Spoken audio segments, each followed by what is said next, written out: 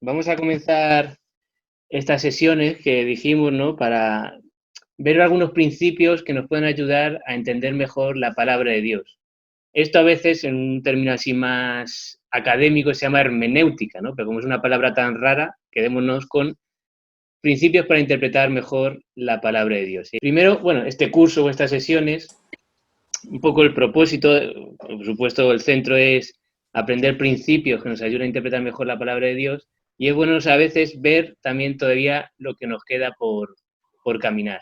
Y junto a eso, oye, mostrar todavía lo que nos queda, pero también las herramientas por poder seguir avanzando en aprender más de la palabra de Dios y del propio Dios de la palabra, ¿no? Y que podamos profundizar más en la Biblia. Como dice algún texto, pasar de la leche al alimento sólido y crecer espiritualmente. Es un poco el propósito de estas sesiones, ¿no? Y este para mí es curioso, ¿no? Porque es el texto también lema de Aguana, pero creo que debería ser también el texto lema de estas sesiones, que es 2 Timoteo 2:15, que es: procura con diligencia presentarte a Dios aprobado como obrero que no tiene de qué avergonzarse, que maneja con precisión la palabra de verdad. Y esto es lo que se requiere, ¿no? Para esto. Yo, bueno, pues lo que me han enseñado es lo que voy a transmitir, no es que yo esto lo haya descubierto por mí mismo. Y esa serie de principios lo que nos va a demandar es ser diligentes, o sea, va a requerir atender a estas sesiones, pero luego trabajo por nuestra parte, nuestro día a día, para poder poner en práctica y entender mejor la palabra de Dios. Y es eso, necesitamos diligencia para cuando estemos delante de Dios, o cada día que estamos delante de Dios, que nos podamos presentar delante de Él como un obrero, un siervo, que no tiene que avergonzarse porque utiliza correctamente su palabra, la palabra de Dios, ¿no? Entonces, deberíamos leer la Biblia, por decirlo con estas palabras, en forma de vídeo y no en forma de foto. Y eso también voy a leer una ilustración que daba también un escritor y un pastor sobre la interpretación de la Biblia, para hacernos un poco conscientes de la importancia, ¿no? Dice: imaginaros esta escena. Estás en un auditorio y alguien está exponiendo, hablando de un tema que conoces muy bien. El expositor no sabe que estás allí tú sentado en la última fila y de repente menciona tu nombre. Está citando algo que dijiste en una conferencia hace apenas unos días. Si antes estabas un poco distraído, ahora tienes toda tu atención. Aunque te cuesta reconocerlo, te sientes importante. Pero tu reacción inicial comienza a desvanecerse al darte cuenta de que esa persona que está sacando de contexto alguna que otra frase tuya y está distorsionando otras por allá.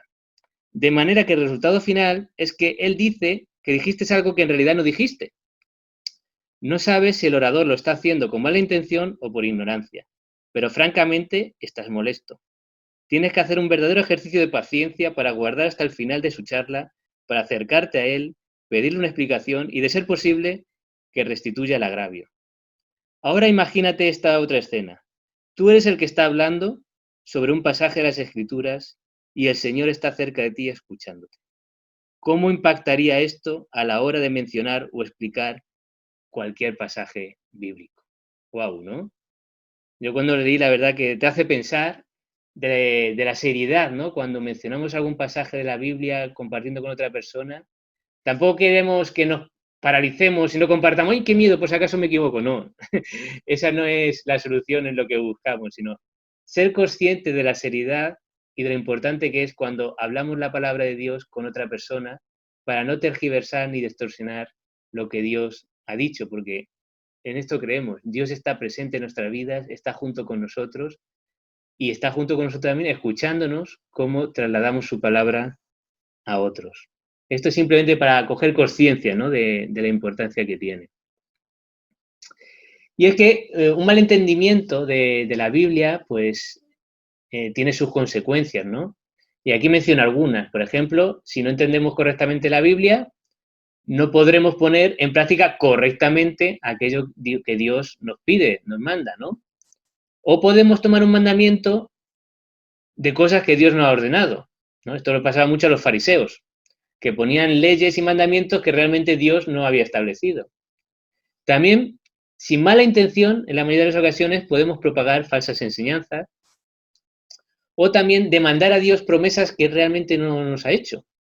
Lo cual, si no se cumplen esas promesas, pues a veces nos podemos decepcionar, enfadarnos con Dios, debilitar nuestra fe y también la de otros, ¿no? Y etcétera, ¿no? Simplemente por algunas de las consecuencias que pueden tener ese mal entendimiento.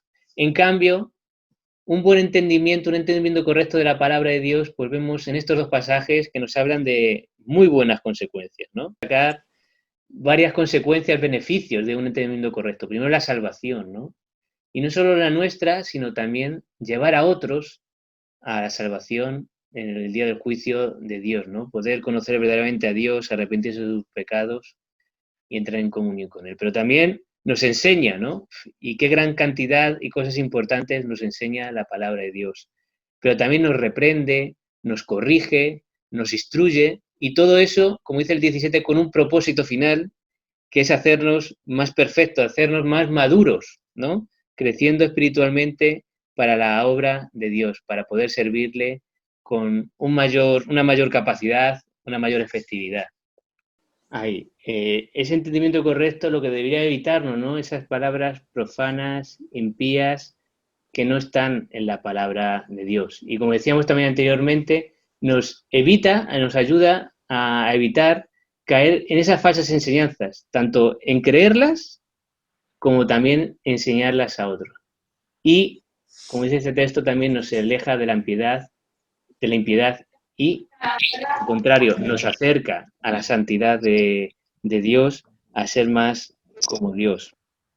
Y luego no solamente es cuestión de, oye, pues conocer mejor la palabra de Dios, perfecto, ¿no? Sino luego es aplicarla, ¿no?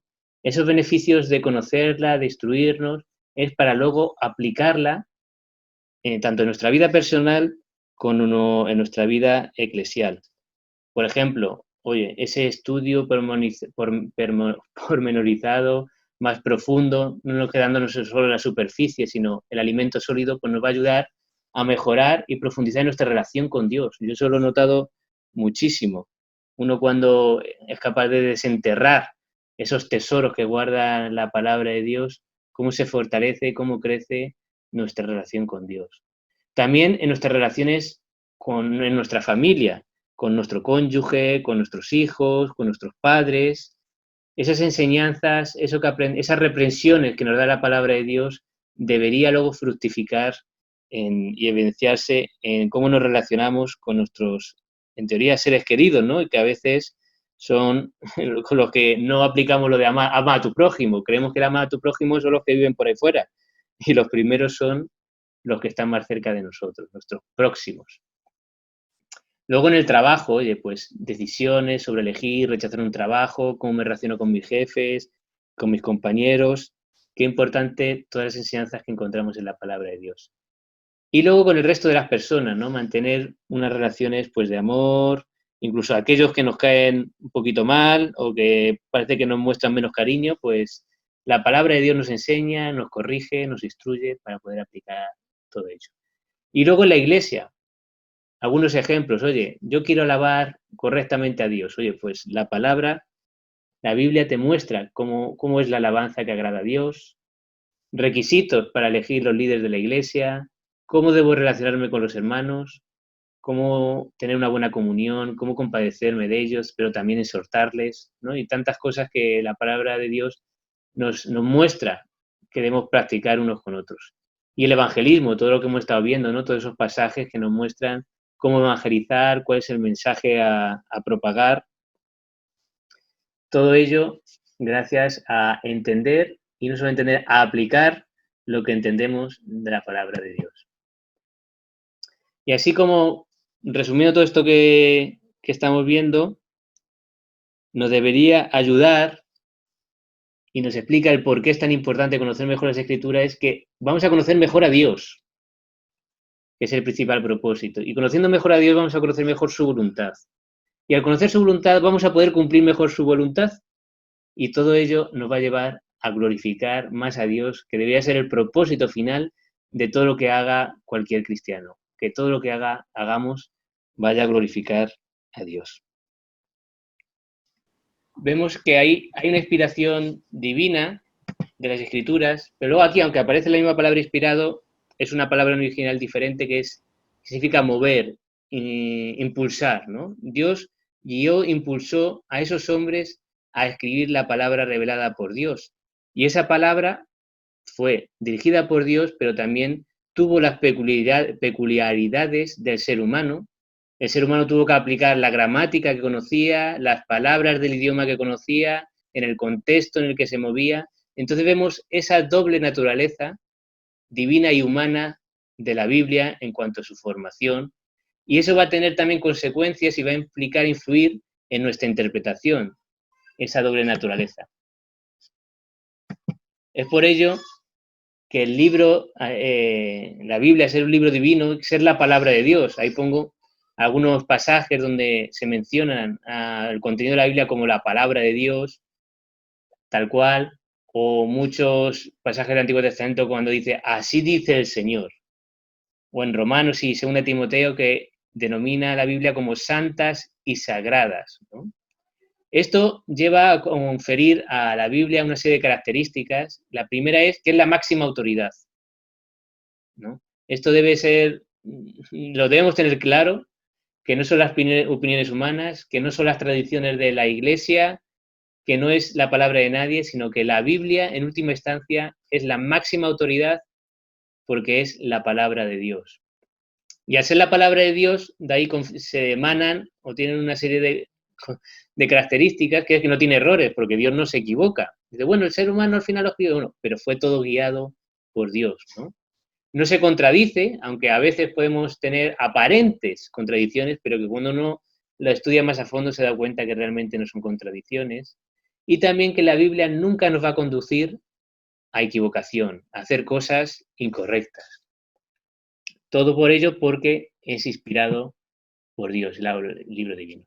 Y el próximo domingo no lo vamos a detener aquí porque va a dar la clase a Don Irán y nos va a mostrar, dado que es un libro divino, cuáles son los requisitos espirituales para una correcta interpretación. Aquí hay un pequeño resumen, pero ahí va a profundizar más a Don Irán el próximo domingo. Sin esto, sin la clase de mañana, del próximo domingo, el resto no lo vamos a poder aplicar. Porque esto es fundamental para poder aplicar luego los requisitos, vamos a decir, humanos, ¿no? Para una correcta interpretación. Pero eso lo vamos a tener más el próximo domingo. Como libro humano, pues lo que decimos, oye, tenemos 40 autores que han participado en la escritura de toda la Biblia, tenemos 66 libros, han pasado 1500 años desde que escribió los primeros libros Moisés hasta el Apocalipsis de Juan, y cada escritor pues tenía sus características. Los eruditos que saben griego y muy bien griego pues se ven que uno utiliza unas palabras, otros otras, unas expresiones, y ahí impregnan, ¿no?, las características de cada escritor. Eso no quiere decir que todo lo que escribían era de su voluntad. Como hemos visto en Segunda de Pedro, ninguna profecía fue escrita por voluntad humana, sino fueron movidos por Dios, fue voluntad de Dios. Y vemos, esto es importante, vemos, oye, además estos escritores escribieron en épocas muy diferentes, entonces hay como lo que se llama una serie de brechas, una serie de diferencias entre esos escritores originales y nosotros hoy, ¿no? Ya sea el idioma, la cultura en la que vivían, la geografía, la historia que estaban viviendo, ya sea en el Nuevo Testamento del Imperio Romano, o guerras en el Antiguo Testamento, o divisiones de los reinos. El lenguaje, vamos a ver muchas veces expresiones que incluso traducidas a nuestro idioma muchas veces dice, entiendo las palabras pero no sé el concepto. ¿Por qué? Porque eran expresiones que utilizaban en ese momento. Por ejemplo, si hoy, imaginaros que hoy decimos, siguiendo el ejemplo del equipo de fútbol, del partido de fútbol, ¿no? España machacó a Alemania. Pues nosotros lo entendemos perfectamente, que le metería muchos goles, ¿no? Que ganaría por mucha diferencia. En cambio, a lo mejor, si pasan 300 años y lo lee un chino y lo traducen a China, al chino, dice que le machacó, ¿pero con qué? ¿Con una piedra? O qué? ¿No? Se lo toman literalmente. Pues así muchas expresiones de esa época, pues a veces nos cuesta, ¿no? Y hay que ver cómo superar esa diferencia. La cultura que tenían, y el contexto histórico, ¿no? Lo hemos dicho. Y es importante de este lado humano que, como pongo abajo, Dios ha utilizado el lenguaje humano con sus reglas gramaticales para comunicarse con las personas. Y eso es importante porque hay que parar, no vamos a dar aquí clases de literatura, ni de lenguaje, ni de gramática, ni oración subordinada y tal, eso no vamos a entrar en eso, ¿no? Pero sí que hay que prestar atención, pues aparte del lenguaje humano, de la gramática, de qué va adelante, qué va detrás, porque fue las reglas a las que se sometieron los escritores para comunicarse con nosotros. Dios quiere que entendamos su palabra desde un primer momento y por eso utilizó un lenguaje humano con sus propias reglas para comunicarse con nosotros. Por eso pues veremos la importancia de prestar atención a los verbos, a los pronombres, las conjunciones. Ya digo, no va a hacer falta que repasemos lo que dimos en el Instituto de Gramática, no va a hacer falta. Pero sí vamos a ver que tiene importancia de fijarnos en las palabras, en las letras y las oraciones, cómo se utilizan para interpretarla correctamente. Y también otro aspecto importante es que cada texto va a tener un único significado. ¿Qué es esto? O sea, cuando Dios escribe por medio del apóstol Pablo para comunicar algo a la iglesia de Corinto, es eso lo que le quiere comunicar, no es una cosa. Entonces va a haber un único significado. Era el propósito que tenía el autor de transmitir a los oyentes. Otra cosa es que tengan diferentes aplicaciones. Oye, ese principio, eso de que les transmitió, no me aplica literalmente a mí, pero saco un principio de lo que quería transmitirle que para mi vida lo puedo aplicar de esta manera y otro lo puede aplicar de otra manera. Pero el significado, lo que el autor original quería transmitirle al oyente, era únicamente.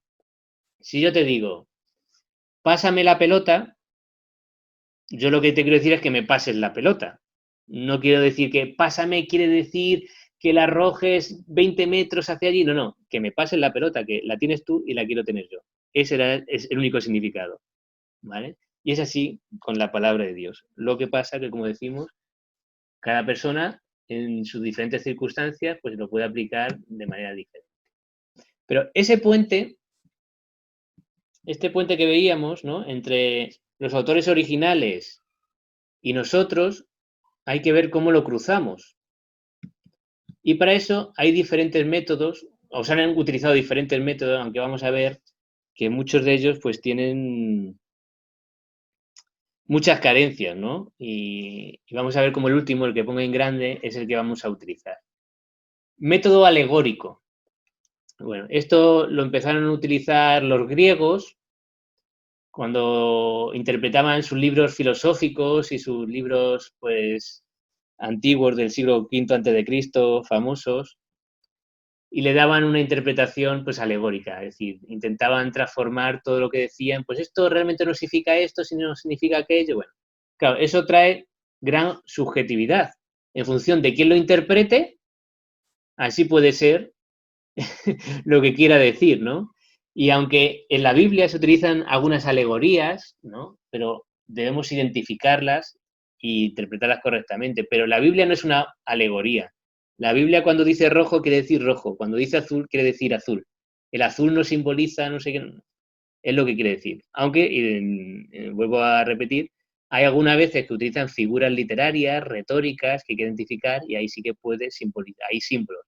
Uno lee capítulos 7 u 8 de Daniel y hay símbolos, pero lee el 1 y no hay un símbolo, es todo literal. Esto lo utiliza mucho en algunos pasajes la Iglesia Católica o a veces que se utiliza el Cantar de los Cantares como una relación entre Cristo y la Iglesia. Pero normalmente, pues literalmente es la historia entre un hombre y su esposa, ¿no? La iglesia no existía todavía en la época del Cantar de los Cantares. Método devocional.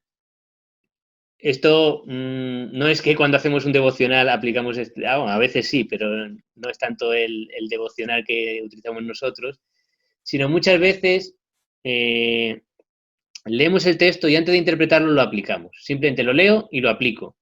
No hay un estudio un poco más profundo para llegar a una correcta interpretación. Todos estos métodos tienen su contexto histórico y tienen su razón de por qué empezaron a utilizarse, aunque cometían errores, ¿no? Les llevaba a cometer ciertos errores, pero eran todo respuestas a sucesos que iban ocurriendo en cada una de esas épocas, pero no me quiero detener tampoco y aburrido con ello.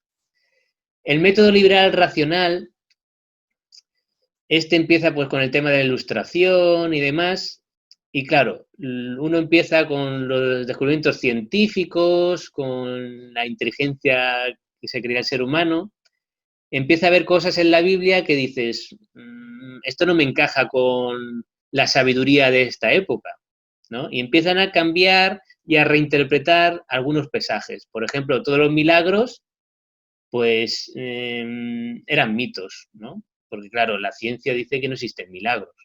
Pues un ejemplo. Hoy en nuestra época, pues muchas veces algunos pasajes que nos pueden hablar de la fornicación o de la mujer y el hombre, pues en la cultura que vivimos, pues podemos reinterpretarlos, porque claro, como está escrito en la Biblia, no encajan con nuestra actual sociedad. Entonces vamos a reinterpretarlo para que encaje. Eso es lo que nos llevaría al método liberal racional. Pero el método histórico-gramatical, que es el que vamos a utilizar y el que vemos que utiliza cuando Jesús habla del Antiguo Testamento, los apóstoles se refieren al Antiguo Testamento, es el que aplican ellos. Y es que aplican las reglas de comunicación y de lenguaje a interpretar correctamente lo que ahí está escrito. Y eso es lo que se utiliza también cuando utilizamos para leer un libro, especialmente un libro antiguo, simplemente utilizamos pues, las reglas de la comunicación y lenguaje humano, y es lo que intentamos aplicar también a la Biblia, paralelamente al aspecto que como va a tratar a Don Irán más en profundidad, los requisitos espirituales que debemos tener a la hora de acercarnos para entender correctamente la Biblia, ¿no? Vamos a ver que son muchos pasos, eso lleva mucho tiempo, ¿no? Entonces uno le surge y dice, ¿y eso cuándo lo aplico? Porque yo en mi devocional de todos los días no me va a dar tiempo a aplicar todo lo que vas a decir. Efectivamente, no te va a dar tiempo. Pero sí que debemos aplicar todas estas reglas que vamos a ver en los próximos días siempre que sea necesario. Vais a ver que muchas dicen, uy, qué laborioso, pero una vez que tú lo interiorizas, cuando lees la Biblia, mentalmente ya lo estás aplicando, ¿vale? Más en detalle, más en profundidad, sí que a lo mejor hay que aplicarlo cuando uno prepara un estudio bíblico, ya sea personal o grupal, cuando está preparando una predicación, cuando dice, oye, no me detengo tanto, pero es que este pasaje es un poco difícil, pues entonces sí que vas a aplicar más en desarrollo todo lo que vamos a ver, pero lo que os digo, con la práctica, si todo lo que vamos a ver lo practicamos, ya va a ser algo instintivo, que no vas a tener que hacer una cosa súper laboriosa porque ya te va a salir por defecto. Por eso es importante que vayáis pensando, yo os propongo esto, lo que vamos a ver, la profundidad de aprendizaje va a depender de cómo cada uno lo vaya practicando, porque esto os habrá pasado con muchas cosas.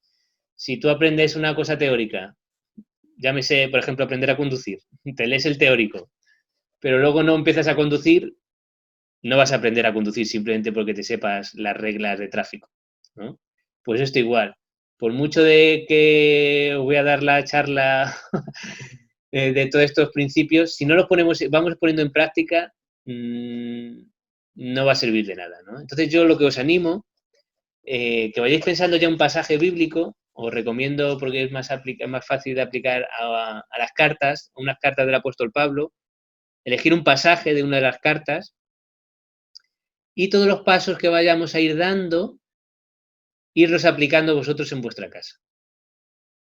Por ejemplo, y un pasaje que aglutine una idea, ¿no? Podéis, yo qué sé, os puede servir de referencia cuando tiene un subtítulo, aunque los subtítulos de los pasajes no son inspirados y a veces no están de la mejor manera hechos, pero bueno, mayoritariamente sí. Podéis coger un pasaje con un subtítulo de las cartas del apóstol Pablo. Y entonces todo lo que vamos a ir viendo, pues paso a paso lo vais practicando en vuestras casas. Y este es el recorrido interpretativo que vamos a recorrer, ¿no? Primero, ¿qué significó para los oyentes originales? Esa es la parte donde más tiempo vamos a invertir porque es la base, son los cimientos, son el fundamento. Si entendemos incorrectamente qué significó para los oyentes originales, ya lo demás va a ir va a ir poniendo fundamentos sobre un cimiento ya erróneo y no vamos a llegar a la correcta interpretación. Luego, por llamarlo así alegóricamente, mediremos la anchura del río, es decir, cuáles son las diferencias entre esos autores originales o los oyentes a los que iba dirigido, por ejemplo, una carta de Pablo, y nosotros. Cruzaremos el río, que eso quiere decir que extraeremos qué principio y enseñanza universal y atemporal hay en el texto, es decir, qué principios extraemos que no está condicionado por el contexto en el que vivían ellos y que es de aplicación a nosotros. Y luego el cuarto, eso, cómo lo aplicamos a nosotros.